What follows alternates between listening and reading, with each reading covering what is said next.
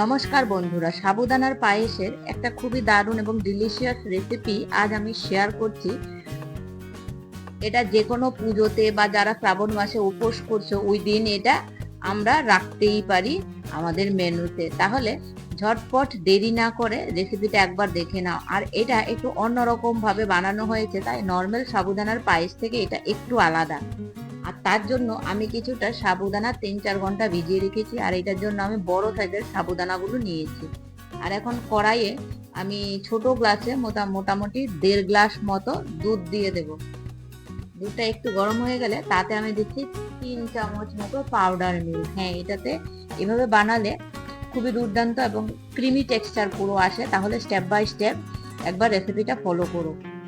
এখন কি করছি, পাউডার মিল্কটা মিলিয়ে নিয়েছি দুধের সঙ্গে, আর এটাকে একটু ঠান্ডা হওয়ার জন্য রেখে দিয়েছি। অন্যদিকে আমি একটা ফ্রাইং প্যানে 3-4 চামচ মতো চিনি নিয়ে নিয়েছি, আর দিয়েছি 1/2 চামচ মতো বাটার। এটাকে না আমি ক্যারামেলাইজ করব। হ্যাঁ, চিনিটা একটু ব্রাউন কালার, প্রথমে গোল্ডেন কালার হবে, তারপর একটু হালকা লাইট ব্রাউন হবে, বাস নামিয়ে নেবে। এখন দুধটাকে বসিয়ে দিয়েছি আবার গ্যাসে।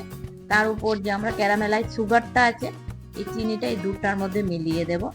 আর মিডিয়াম আছে এটাকে আমরা দুধের সঙ্গে একদম মিশিয়ে নেব। আর এটা দেখবে চিনিটা দেওয়ার পরে কিন্তু এটা একটু শক্ত হয়ে যাবে দুধের মধ্যে, কিন্তু দুধটা যেই ফোটা শুরু হবে, গরম হয়ে যাবে, তখন ধীরে ধীরে এই সুগারটা কিন্তু একদম মিলে যাবে দুধের মধ্যে। এখন উপর থেকে আমি যে সাবুদানাগুলো দিয়েছি 1 বাটি মতো বা 1 কাপ মতো সাবুদানা আমি তাতে দিয়ে দিয়েছি। দিয়ে 2-3 মিনিট এটাকে ফুটিয়ে নেব। খুবই তাড়াতাড়ি একটা রেসিপি বন্ধুরা, খুব ঝটপট হয়ে যায়। এবার তাতে আমার মনে হলো একটু চিনি দিয়েছি 2-3 চামচ, কারণ একটু চিনিটা কম লেগেছে, তাই আমি আর একটু চিনি অ্যাড করে দিয়েছি।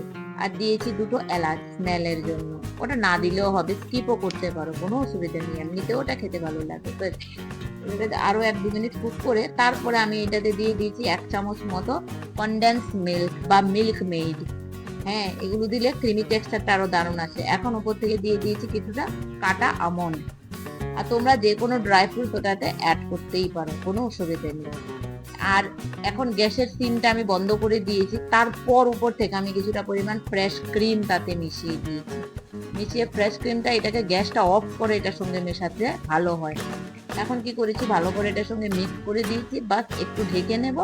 আর 2-3 মিনিট পর একটু ঠান্ডা হয়ে গেলে সার্ভ করে নেব। তাহলে eat healthy, stay healthy, take care, bye by.